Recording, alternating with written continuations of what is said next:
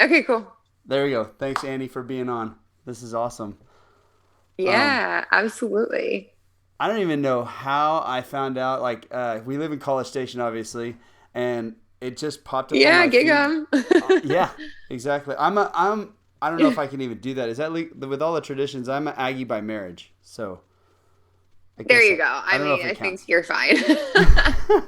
But living in College Station, I see it pop up, like, and I'm like, oh, she's an Aggie. Oh, she's going to the. Oh, she won. That's awesome. Like, how cool is that? And I sent your little. You posted a little thing on your story. I think a day later of that guy doing the funny announcing to the. How do you say it? You say it Oh my heptathlon. gosh. Yeah, Heptathlon. yeah. So Yeah. I sent it to Terrence, and this guy Terrence at Sawed-Off, where my wife works, Yeah. and he was like, "Oh, I know her. She's awesome." So, Oh and then I yeah, was I like, know Terrence through Casey, who we did a radio show with Texags, like gosh, 5 years ago now. But yeah, Casey knows Terrence, I think, really well. "Oh, that's awesome. That's awesome." So yeah, then Yeah. I asked you, and I was like, "Oh," she said, "Yes, this is cool. I'm having an Olympic athlete on the podcast. It's so rad." Yay, so fun. Yeah, I love podcasts, so I'm always down to do any type of stuff like this. So when did you get into? I just want to know when you got into like the track and field scene. Did you start as a youth, or did Mhm. it like? Is it something that you progressed into later? Yeah, I've been doing track and field. I'm the youngest by 8.5 years and 10 years, my brother and sister. So I got dragged to all their track meets when I was very young, and I'm 6 feet tall now. So I was tall when I was little, and so I've been doing track since I was like 2.5. So basically since I could walk, and then soccer since I was like 3 or 4. So I got introduced to track super early. I did youth track, and then soccer was pretty much my main sport, my main focus, my first love, honestly, for years. And then soccer and track are in the same season in high school. So soccer was really I would do soccer, train for soccer because it's a team sport. And then when I could just show up for meets in track and field. So I didn't really train for track until college. And even then, it was still part time because my scholarship was for soccer. So I would just go from in season in the soccer season to straight into the spring and be in track season and kind of bounce back and forth like that for 3 years until I redshirted going into my senior fall of soccer. So I could just do a full year of just soccer and then go into track and just put all my focus on track for the first time. And that's kind of where it took off when I qualified for the 2016 Olympic trials and decided I wanted to continue on with track and see what I could do. So not until you were a senior in college did you just focus on track and field.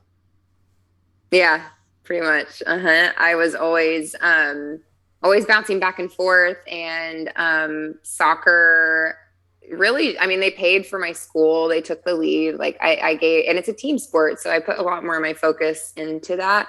And yeah, so I mean, so when I was, gosh, 22 was the first time that I just focused on track and field for the first time in my life. And I got that fall foundational training that I had never had. And it really took off for me. And I was like, shit, maybe I should have been doing this longer and focusing on that put more of my focus on track. It just really opened my eyes. And honestly, I was happier in the sport. I just kind of fell in love with it all over again and had a really strong passion for it. And then seeing what I did in 2016 with just a year of track under like really just a year of just focusing on track, I was like, dang, I want to do this for 4 more years and see if I can get any better, see how far I can go and how much better I can get. And I'm really, really happy I did. That is so awesome. You don't hear about that in Yeah. women's sports. You definitely don't hear about them getting into something later in life and then being successful at it. You know, it's like there's a time Yeah. period of maturing in there where like I guess women mature faster and that has to do with it or something. But there's a time period where if you're gonna start and make it, it's usually like in this sweet spot and or you kind of missed your window. So it's kind of Yeah. cool that you did that. That's really neat. Absolutely. Um, Yeah, absolutely. And I just think dual sports aren't really like encouraged anymore. Like you're kind of forced into like in high school to pick a sport. And I just was pretty stubborn and was like, nope, I'm just going to do both in college. So I think that's kind of rare too. That is something I talk about a lot because we have 4 kids, and where Oh, you sweet. you want them to get into so many, like you want them to do whatever they want, like as many different things, try them. They could bounce back and forth. I'm not big, like I'm a big Yeah. baseball guy, and then when I watched it, didn't really pay attention to like little league stuff, and then I become a parent and I go like Yeah. travel teams. What they play year round? This is insane. Like they don't get to play Yeah. basketball. They It's don't get to play football. intense. Yeah, there's nothing. So, I mean, It's maybe that super helped you out intense. playing the different things, and maybe that like worked out even better. Yeah, I think it did. I think doing both sports for so long, you don't get burnt out of one. You're kind of mixing it up. So when you after a few months of one sport, I'm like, okay, now I get to like switch gears and do something else. And that's just super fun. It keeps it entertaining. You meet so many different people. Like the amount of girls that I've met and friends that I've made through both sports, I'm like best friends with all today still from like little league up to college. So I just think there's so many pros to doing multiple sports. And I think it's made me the athlete I am for sure, because it's put me in so many different scenarios and different pressure situations with team sports, with individual sports. And I think I've just grown a lot because of that. Well, the soccer thing is interesting because women's soccer is intense. And I went Yeah. to an Aggie. I'm not like a crazy big soccer fan. I mean, I'll watch the World Cup and the big Uh-huh. matches because I like really high level soccer. And I just Yeah. came across some free tickets one time. I'm like, yeah, I'll go see a game. That's cool. And I went and I was Yeah. like, oh, this is awesome to watch. Like the Yeah. girls get after it. Like get after Yeah. it. There's less. I feel like, and you can answer this question for me because I actually had this question Hmm. not too long ago. I feel like women's soccer, they don't flop as much as men, and that may be why I enjoy it more. Oh, hell yeah. No, girls are vicious in soccer and they're tough as hell. Yeah, I feel like there are elbows thrown, there are punches thrown. Like girls are like pulling people's pigtails and you're like still fighting to stay up. And then in men's soccer, you get like poked and they like flail all over the ground. It's like give them an Oscar. But yeah, no, soccer girls are badass and they're tough as hell. And I would agree with that for sure. Okay. So the theory is correct then, because I Your didn't know theory is enough about it, but I correct.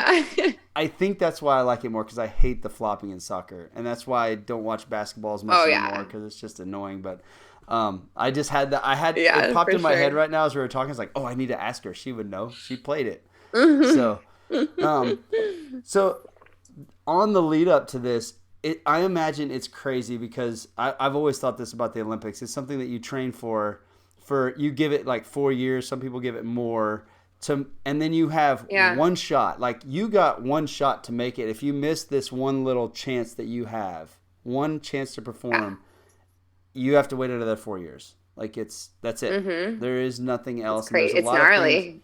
gnarly. And I believe there's a lot of things in between there that you have to do, like meets and stuff like that, to qualify and Mhm. to keep your rank. Or I don't know exactly the process, but I would imagine it's that way. So, Yeah. what's that Mhm. process like? What was that like to train so hard? Like, do you see the results right away? Are you nervous before you enter that No, that oh my final gosh. thing? And then what's it feel like after, like when it's all over?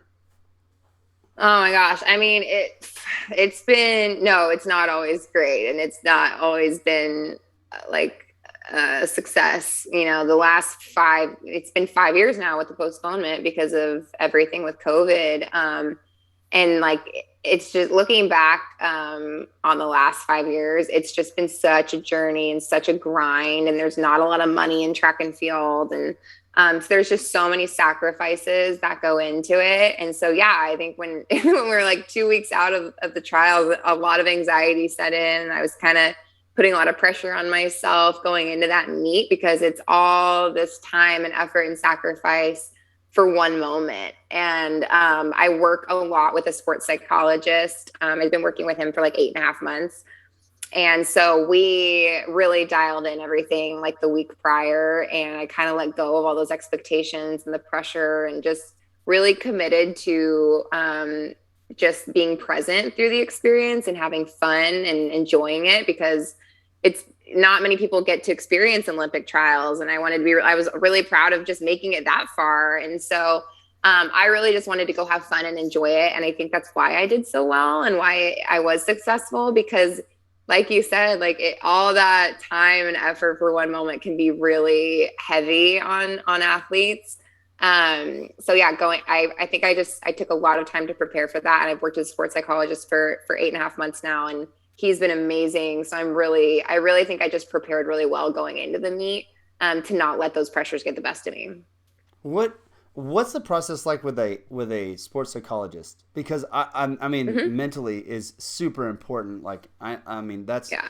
that is a majority. Like you can do so much training, but mentally you can overcome a lot of things. But and I've had Justin Yeah. Sua on the podcast, and he works with like the Rays right now, the Tampa Bay Rays. But Mm-hmm. I'm curious from your perspective, like how that went as far as preparing yourself for the meet. Yeah, I mean, I think I look back and like COVID was such a blessing, because I think so many things came out of COVID that if the Olympics had happened when they were supposed to, I don't think I would have done as well. I don't know that I would have won the Olympic trials, because I started working with him like 8.5 months ago. And I work with him weekly. It's super intentional. The first 6 weeks was like a foundational training of mindfulness, because my specific mental coach is like a mindfulness and sport type coaching style. So the first 6 weeks, he was just giving me the basics of it all and the foundation of mindfulness and being present and what it all entails and the values that go under that. And then after those first 6 weeks, that's when we start kind of catering it to what I'm going through in my practices or my meets that are popping up, and really learning how to be present, and then anchoring yourself, grounding yourself in moments. So when you're nervous, your anxieties are high, your heart rate's up. Things like that we really worked through a lot, especially with the heptathlon. You know, mental side of any sport is really crucial, but I think especially in the heptathlon, because there's 7 different events and there's so many things that can happen. You're never going to have a perfect heptathlon. So in years past, an event would go wrong, or I wouldn't do what I wanted to, and I would fall off or whatever would happen. And I would just let it get the best of me. I would take it into the next event. And so I think he's really helped me just like accepting whatever happens in that moment and moving on, and redirecting my focus to what I need to execute in the next moment. So yeah, he's been amazing, and it's been really hard work. He's pushed me a lot. He's challenged me in tons of ways, especially because I had a lot of adversity this year that I wasn't expecting. So yeah, that's kind of what it looks like. And I'm just so grateful that I had the time with him, because I think it made the world of difference, especially at the Olympic trials. What are some of the adversities that you struggled with as far as that goes? Like you say, like Yeah. because mentally that like when you said you would have won a bad event, that resonates with any athlete whatsoever. Like you can Yeah, see for somebody sure. when they get in their own head because they've done bad and they just start to drift off and lose. Like that momentum is so Mm-hmm. important. So it's really hard to reverse the momentum Yeah. or to forget like that you did it, like that you did Mm-hmm. something bad and just focus on the next one like it was brand new. So I just curious as the Yeah. adversities as well. Like what kind of adversities did you face during the year? Yeah, I mean, so my first two heptathlon's different than like open events, because you don't get a ton of opportunities. Like, girls that are just hurdlers will get like 15 meets in the year or whatever. We get like two, maybe three heptathlons in the year. So, my first two that I was supposed to have, my first one, and mind you, this is like the strongest I've felt mentally and physically like ever. So I felt more prepared for these heptathlons than I've ever been. And the first one just didn't go as planned. I crashed in the hurdles. I was carrying more speed than I was used to. It threw my rhythm off. And so I crashed in the hurdles. I ended up bruising my heel really bad and had to deal with that for like 3 weeks, just kind of managing my heel bruise. And I wasn't able to get the reps that I wanted. So then going into our second heptathlon out in Austria, I finally put together a really good day one. It was a day one PB. I was leading after day one, and then went into the long jump and fouled all three of my jumps. So I didn't get a mark, and I had to pull out basically. So yeah, it was really tough. It was one of, those, and when you're in the middle of those moments, it's like, why is this happening? Like, I've prepared so much. I'm stronger than I've ever been. Like, you just don't understand. And the biggest thing I think that's helped me with working with my sports psych, Taylor, is acceptance. And whatever, I truly believe, I'm a woman. I'm really strong faith, and I truly believe like God has a plan, and no matter what happens, it's his plan, not mine. And in those moments, I was like, this isn't my plan. This was not what I planned or wanted, but I know God has a better plan for me, and it's going to lead me down the path that he laid out. And so I kind of lean on that a lot. And then that kind of coincides with everything that Taylor's taught me, that it's acceptance, and whatever's showing up for you in that moment is what is supposed to happen and what is supposed to be. And so when you kind of accept that, you let go of all those like, dang, I should have done this. I should have done that. I wish I would have done this. And that's you just getting caught up in the past, which is completely out of your control. It's a waste of energy. So just accepting those moments and then taking the lessons from them and moving forward and seeing where I can get better from those lessons was huge, I think, this year. And it all prepared me in an amazing way for the Olympic trials. I don't think if I would have gotten those jumps in, I wouldn't have gone back after GOTSIS and really dialed in my long jump approach and made it better and made it more consistent. And so I was super confident going into trials because I had really worked that out with my coach, and I wouldn't have done that if I hadn't had the experience at GOTSIS. So it all happens for a reason. And I think once you accept those moments, it's a lot easier. They kind of lose their power. It's so true. To the things that we're not in control of, we stress about the most. Like, that's what we stress about. Like, when you're in control of it. Yeah. And my boyfriend even told me, he's like, when did you ever look back and be like, I'm glad I worried about that? And I'm like, that's such a good point. Like, you never look back and you're like, that was worth worrying about. Like, everything works itself out the way it's supposed to. And we get so caught up in like the past and the anxieties of the future, and you forget to be in the moment you're in. And so, yeah, I thought that was funny. I'm like, you're so right. I'm going to steal that from him for sure. You can tell him I'm stealing. That's so good. Like, whenever you looked back, it's so good. I'm really happy that I worried about that. That was awesome. Worried about that. Like, that was worth my energy. That's awesome. Okay, so explain what all the events that you get to do and like and how the point system works with your heptathlon. Yeah, so we do 2 days. So the first day is hurdles, high jump, shot put 200. Day 2 is long jump, javelin, and the 800. And basically, for every mark or rate or however fast you run a race or how far you throw or how far you jump, there's like down to centimeters, you get a certain amount of points for those marks. And then they add it up all at the end, and then your total score is how you win. So it's basically like there's like a heptathlon book like that you can go through, and it literally has like every single potential point that you can get. So like in high jump, for example, like each bar is like 30 points around that. And in the 200, like every 10th of a second, I think is like 10 or 15 points or something like that. So kind of breaks it down like that. And then they add it up at the end to get your final score. So it really is like an all around like athletic event, like everything. You have to be good at a bunch of different things.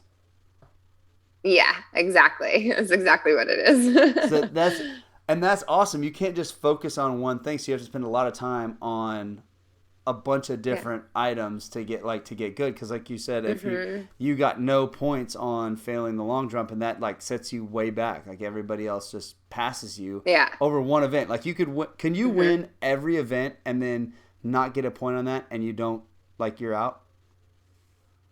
Yeah, pretty much. I mean, because it would just throw you out. Because, I mean, it basically, if you do, like, really well in an event, you want to be between, like, 900 and 1,000 points. And so if you get 0, it's really going to throw you off. You're not going to be in the mix at all. So, yeah, if you mess up one event, like, you're pretty much screwed.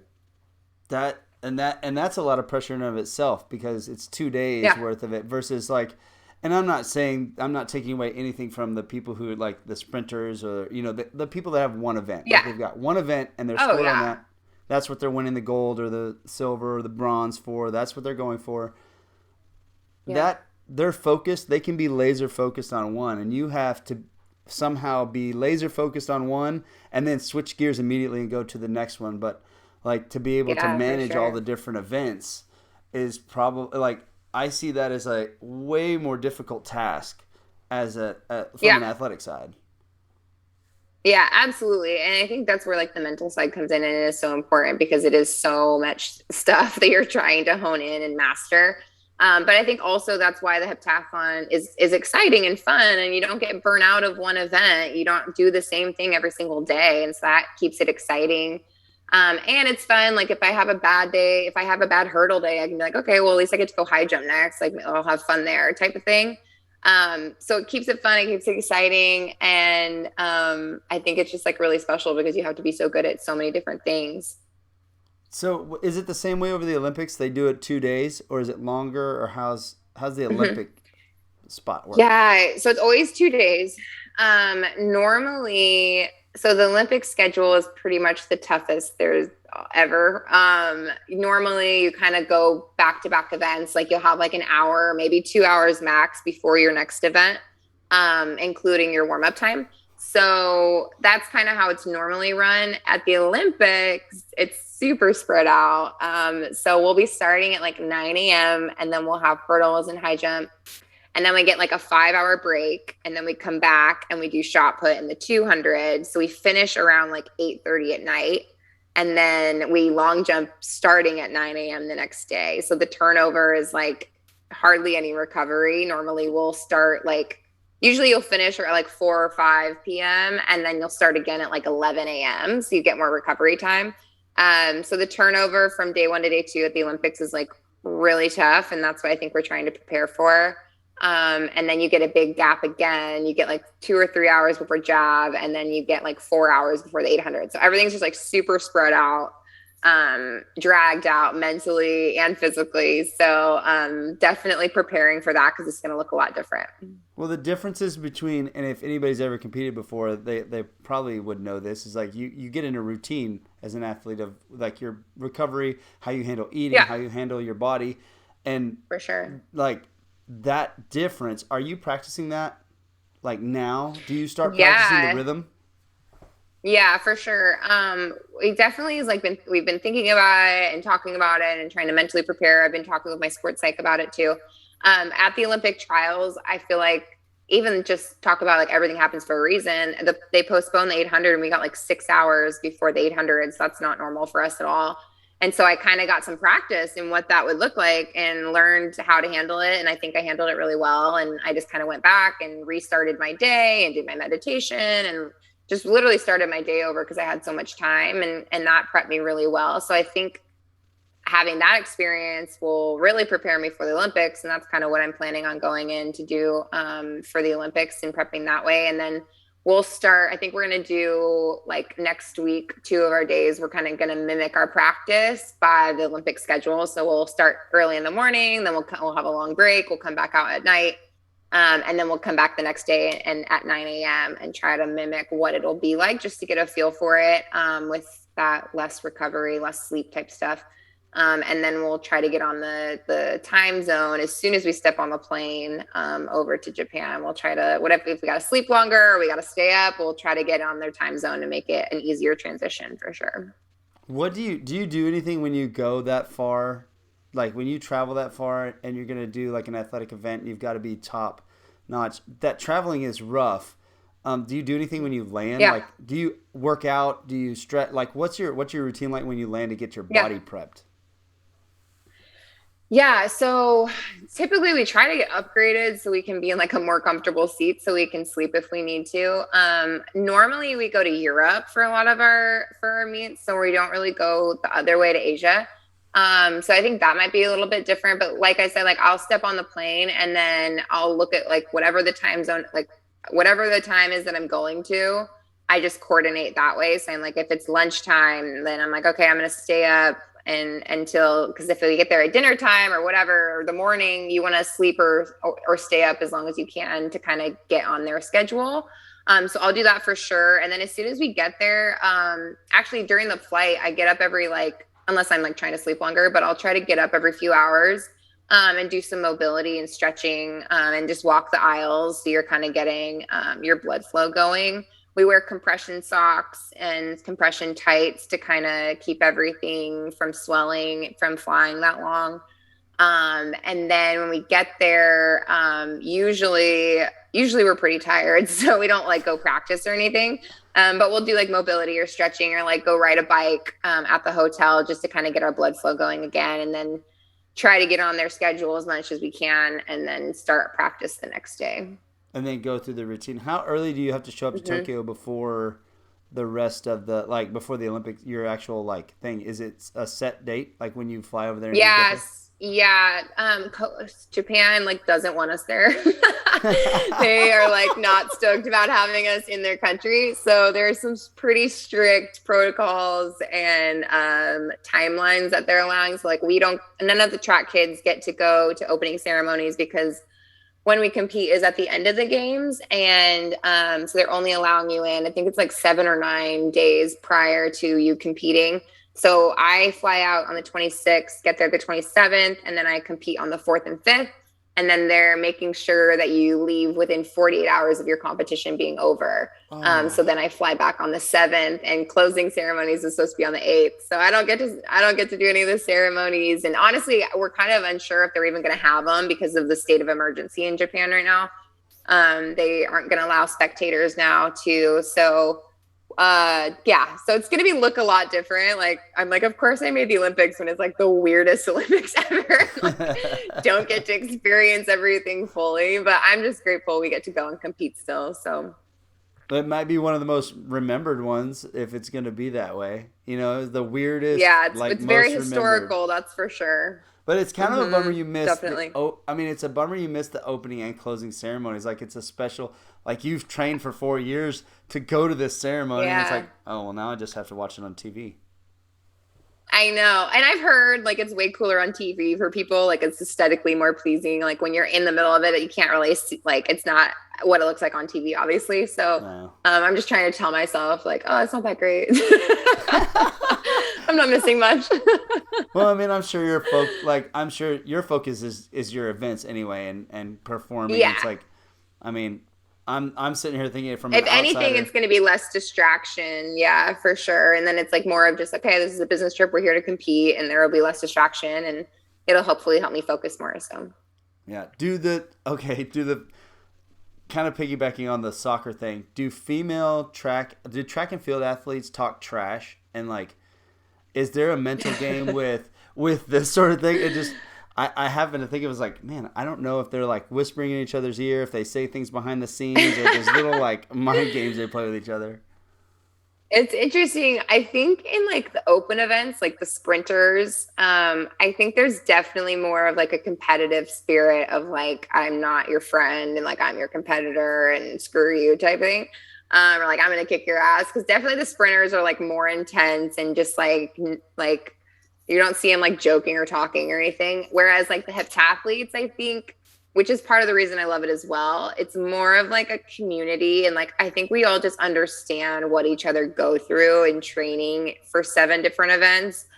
So there's really this camaraderie in the heptathlon that's kind of special. And also like everyone has their different strengths. So I think that's really cool too, because I like, for example, shot put is my best event. So like, I could win the shot put, but like Erica, my training partner, could get a personal best in the shot put, and we both had a great day. So it's really about just doing, you're kind of going against yourself and trying to get your best in each event, instead of that like really intense competitive nature and atmosphere. And we're with each other for 2 full days, so you kind of get to talking, and I really think that the heptathletes have a really cool bond, and we all are like want the best for each other and our friends, and it's kind of different, I think, compared to like open events for sure.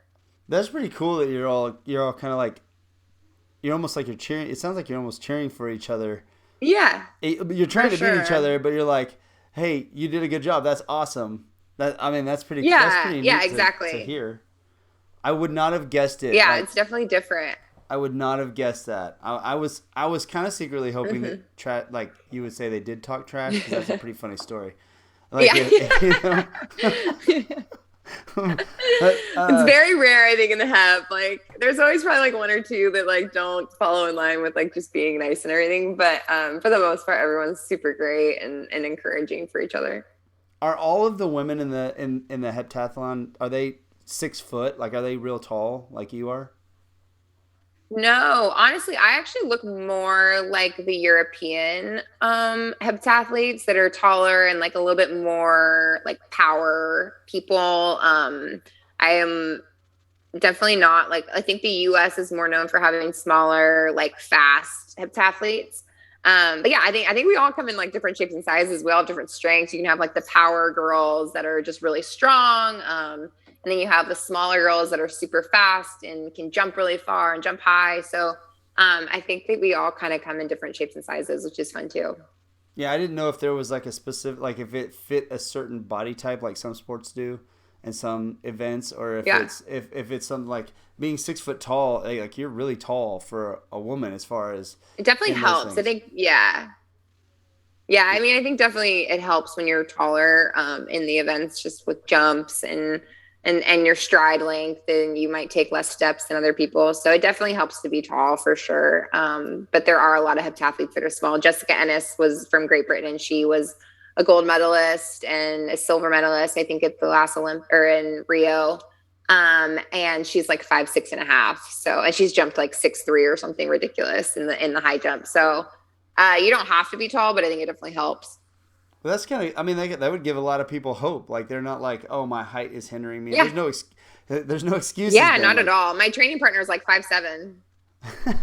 that's almost my height. So Yeah. you're like, that's a Yeah. little tiny. Like yeah, that's a little tiny. Yeah. Okay, so there was a bunch of coverage about the thing on your wrist. Did you write that, or did you Yeah. from your grandma? Did Uh-huh. you write it or get it tattooed on there? I wrote it actually. Yeah, so that's a fun story. My great aunt was like my favorite person in the world. She was just the best, and she was kind of the person I would call like if I was going through something hard or whatever, because she's just been through a ton in her life. She's lost two kids out of her three kids had passed away in like freak accidents within like 2 years of each other. And then she was married three times, and every husband she was with died while she was married to them. So she struggled with like a lot of loss, a lot of heartache, a lot of trials and tribulations. And so, while when she got really sick and I flew home to be with her, I was able to spend a lot of time with her in the hospital. And I asked her, I said, what got you through those times in your life where you just didn't want to get out of bed in the morning because you lost your kids and your husband and you were doing it alone? And she's a woman of faith, and that was something I really admired about her. And she said that she would just talk to God in the morning, and she would say the Bible verse Philippians 4:13, and which is I can do all things through Christ who strengthens me. And I think that just always like really stuck with me. And she was at the Olympic trials in 2016, supporting me. And I really just wanted a piece of her there with me. And so I wrote her Bible verse on my wrist and underneath I wrote, God is with me. So it kind of just gave me a piece of her, a piece of strength, which is something I always admired about her. And then actually I had at Christmas, when she was getting sick and everything, I had given her a ring that I wear it now, but I didn't have it at the time. I gave her this ring while she was in the hospital, and it has her initials and then her favorite Bible verse on it. And she actually passed away in it. And then we thought it was lost in the hospital, like with everything. And so we thought it was gone. And then at the Olympic trials, actually, when I finally got to my family that night after I had won, the first thing my mom came up to me was hand me a piece of paper, and I opened it. It said, "Give this to Annie," and the ring was taped to it. So I got the ring back that we had given her that she'd passed away in. And so I wear it every day now, and I kind of have that piece of her, but at the trials I didn't. So I wrote it on my wrist to kind of have that with me. That is a crazy story. I mean, Yeah. imagine losing I mean, I can't even imagine losing a child. That's wild. And then three Awful. husbands? Three?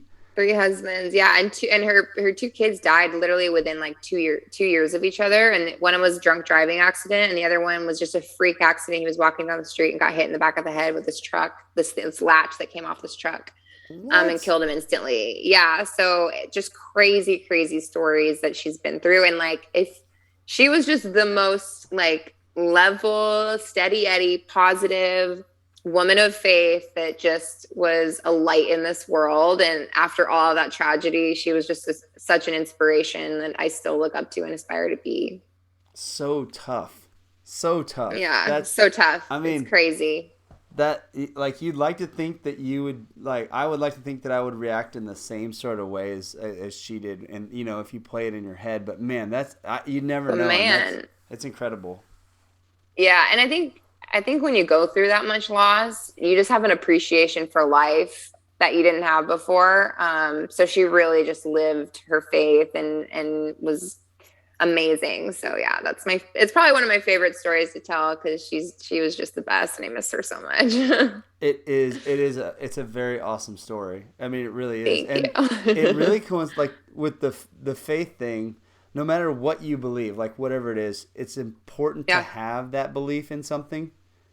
Like Hmm. it's really Something important to have greater. the Yeah. belief, because like without that belief, what was she gonna do when she lost her three? Like without something to fall back Exactly. on, What was some she going sort to of. lean on and who was she going to talk to and who was going to get her through those times? And yeah, absolutely.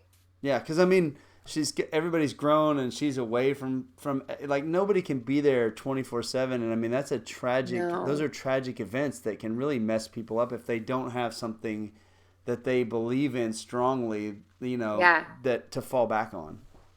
That foundation, that grounding, and that belief in something in God's plan. And yeah, I completely agree. And she was just such a role model in that way. That is crazy. And that I mean, just seeing Hmm. some of that stuff. So when did that happen? When did she pass away? After the 2016 trials, She right? passed away in January. No, she passed away this past January, This actually. Okay. So, yeah, we spent our last Christmas with her, and I think she was holding out for Christmas. Her health really tanked, the last, like, from November to December. And so, like, we flew home and we got Christmas with her, and it was really special. We got her in our house, and we got an in-home care nurse to come and take care of her.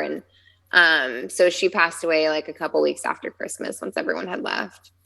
And so I mean, just seeing something that she lived through, like that kind of loss and struggle, help you out like with your psych stuff and your mental side, like seeing what she can Oh overcome and yeah. get through. I mean, you look down at your wrist and you see Oh that and heck you're like, yeah. "What's this? This is a race." Exactly, exactly. And I think that's what I've leaned into a lot, like with my running workouts, my 800 workouts, which normally are like just death. They're like so hard. But when you put it in perspective like that, I'm like, Aunt Robbie went through this and this and this and never complained and took it in stride, and it just was like a symbol of strength. And so yeah, I just think I try to channel her and channel the way she responded to like awful times in her life. And it gives you that strength inside. I'm like, this is a freaking, I'm running in a circle. Like life is not that hard. I'm running a circle. Like, just suck it up and be strong. And yeah, it's totally, totally helped me and just change my perspective on a lot of things. Yeah, I'm sure it helps with things in life in general, especially being close to them, like Yeah, anything that happens in life. Like it's not that big a deal. That's right. the Exactly. It's not that serious at the end of the day. Yeah, but then I mean, it's something you want to do. Like the anxiety builds up, Yeah. and so there's a Yeah. balance. There's a weird balance there because, I mean, obviously, just hearing the story, obviously, your great aunt would want you to like live life 100% to its fullest and send it all the Yeah, time. absolutely. Absolutely appreciate life and be grateful. And I think, and honestly, at the trials, I think that was that was the thing. The two things that I really grounded myself and anchored in on were trust and gratitude, and trust God's plan, trust my body, and be grateful for the experience and enjoy it. And I think those are kind of the things that she taught me for sure. That's awesome. That is such a wild story. Yeah. Um, Yeah. not to totally switch gears, but you posted something about being voted the most clumsy and Oh tripping my over a gosh. Yeah. hurdle and ending up with a black eye. And I in my have a head, I black went, eye. I don't know if you can tell. I put makeup on to try to cover it up. I'm Oh sitting there thinking, man. like, So how does embarrassing. an athlete that competes in 7 events get voted the most clumsy? Like, you made the pinnacle. You've made the pinnacle of all pinnacles, the Olympics, in the world, the most. I mean, talk about some trash talk. Like, hey, I'm the most clumsy I got voted most clumsy, and I beat all of you. Yeah. Seriously, it's a conundrum. It doesn't make sense, but my brother jokes that I'm only athletic at high speeds, which is pretty funny. But yeah, I mean, I'm just a klutz. Like my last name's Kunz, but I remember in middle school I used to be called like Annie Klutz.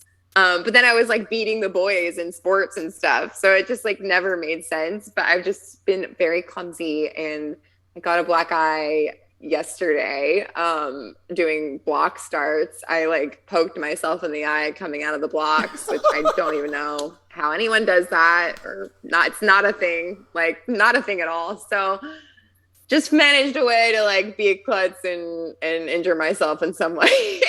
What's your coach say whenever you injure yourself from the block with your hand or thumb? He just shakes his head. He's just like, "Oh, Annie." He's like, "That's just par for the course." Like, oh man, so I mean, silly. like, so did you just played soccer and the track and field all through high school? Where did you grow Uh-huh. up? And I played volleyball in high school too. I grew up outside of Denver in like a suburb of Denver in Wheat Ridge, Colorado. Okay.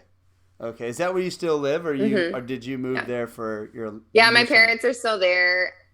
My parents are still there. My whole family is back in Wheat Ridge. A lot, like most of my friends and family still. And then I moved to California after the Olympic trials in 2016. They have a residence program here. So out in south of San Diego in Chula Vista, they have like an Olympic training center that has multiple sports. They have rugby, archery, track, Paralympic track. Rowing comes out there a lot. So they have a bunch of different Olympic sports, and they have a residence program. So it's kind of like dorms that you can live in, and they have like a dining hall, and it's like college for post collegiate athletes that you can go and compete and train for the next Olympics. Yeah. I was actually really curious about that, and I really wanted to ask you about because the money issue with like with you, and then you got to Yeah. go to Tokyo, and you've got all this training, and how do you do all of that Hmm. without being able to be? Because you're not allowed to be a professional athlete, right, or make a bunch of money off the track and field, or are you? No, I am. I am. It's just hard because track doesn't have a lot of money. So yeah, I mean, a lot of most of the money in track and field comes from sport, like shoe and apparel companies like Adidas or Nike or New Balance. And then they'll give you like if you get sponsored by them, they usually give you a base salary, which usually isn't super high, but it's at least something. And then you can get like endorsement deals and partnerships that way. And like a lot of people make money in that way. And then in Europe is where most of like the prize money is for a lot of track meets. So we usually do like Euro tours where we'll go and compete over there. But it's a little different for the heptathlon because we don't get as many opportunities to do heps. You don't do a bunch in a year, so there's limited opportunities for prize money. So yeah, that's definitely been probably the biggest struggle of the last 5 years is just making it financially. And I honestly would not have been able to continue post collegiately and train for this Olympics if I hadn't been recruited by the Olympic Training Center because it's free rent, it's food, they cover our insurance, and then they cover our domestic travel to meet. So they help out a lot, but it's still, there's still other expenses that come into play. So it's been really tough. My parents have been incredibly supportive. And I'm hoping that now, after my last performance at trials, that I'll try to kind of get some interest in sponsorships. And actually, A&M is, gosh, they started a GoFundMe to like support me, and Aggies are just the best. And the Aggie Network is never ceases to amaze me, and they donated a bunch of money to help me out and upgrade my ticket to Tokyo so I can be more comfortable. And so I'm just super beyond like overwhelmingly grateful for that, because it's really been a grind and really hard the last 5 years financially. I can say this unbiased, like you went to A&M, so people might think that that's bias. I moved from somewhere to here, been to a lot of college towns. This is by far the best one that Yeah. I've been in. I love living here. The community and Uh, the athlete, the people, the kids that go to school. It's it's not like any other yeah, college town. I even said like I really it enjoy isn't. the honor and like the pride people take in being Aggies for the majority, which is wild, is how many kids go there, and the Hmm. that just that attitude right there where they're like, we got to help an Aggie out. It's track and field. It's not football, but it doesn't matter. Let's go. Let's help her out. Yeah. I know. It's incredible. And especially with such a like hard couple years that people have had. It's so generous for people to help me out in that way. And it just makes me so grateful that I chose a place like A&M with such an amazing community. That and I've been gone for, 5 years now, and they're still right behind me and supporting me and encouraging me in every way. And I just think that's so special. And you don't get that many places. How did you pick A&M out of all places? A&M, well, they were like the first school to like as soon as you're allowed to, they were like the first school to email me with recruiting stuff. I remember the first line was like howdy. I was like, what the hell? I was like, where is that? Like what? Like I'm in Colorado, I'm not in the South. I was like, what the hell is howdy? So I will never forget that. I remember thinking like, where is that place? And then I went down, and I just fell in love with the culture. I fell in love with the big school and the just the support behind sports. And soccer gets a lot of support at A&M. They get really full crowds for their games. It was just a whole culture that I hadn't experienced before. And being in the SEC and all of that is like a whole other world. So I just kind of fell in love with the school and the people more than anything when I went down there on my recruiting trip. I was looking at other schools. I was looking at North Carolina, Virginia Tech, and Florida State. Um, and going to all those schools, I was committed to doing both sports. I was just a matter of finding someone that would let me.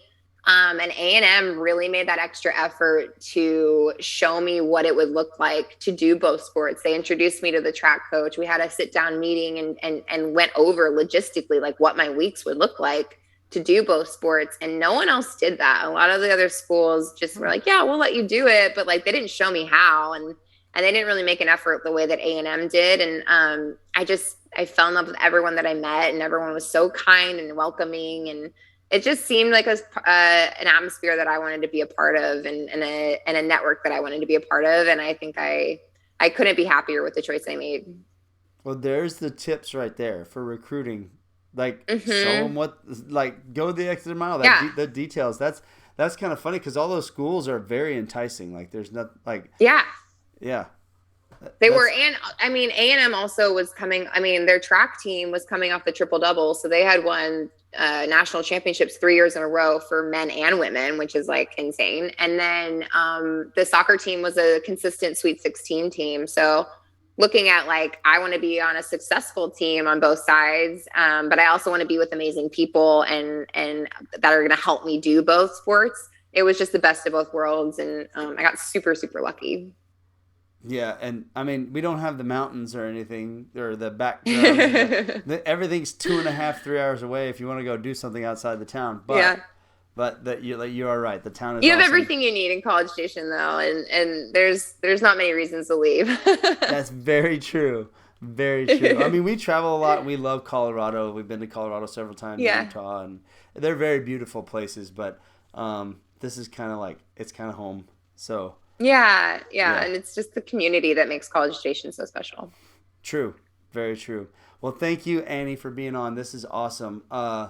Thank you. Do you know the dates? Like, so what are the days you're going again? Say the days that you're going to be Yeah, racing so in. I leave on the 26th. I get there the 27th, and then I will be competing in Japan on the 4th and 5th. So I will definitely post like on my social media stuff when I know like what time that will be in the US because it will be like I think Japan's 16 hours ahead of California. So I will post that on like my Instagram and stuff. But the 4th and 5th are the official days that I will be competing at the Olympics. So And if crazy. everybody wants to keep track of you, Instagram is the best place.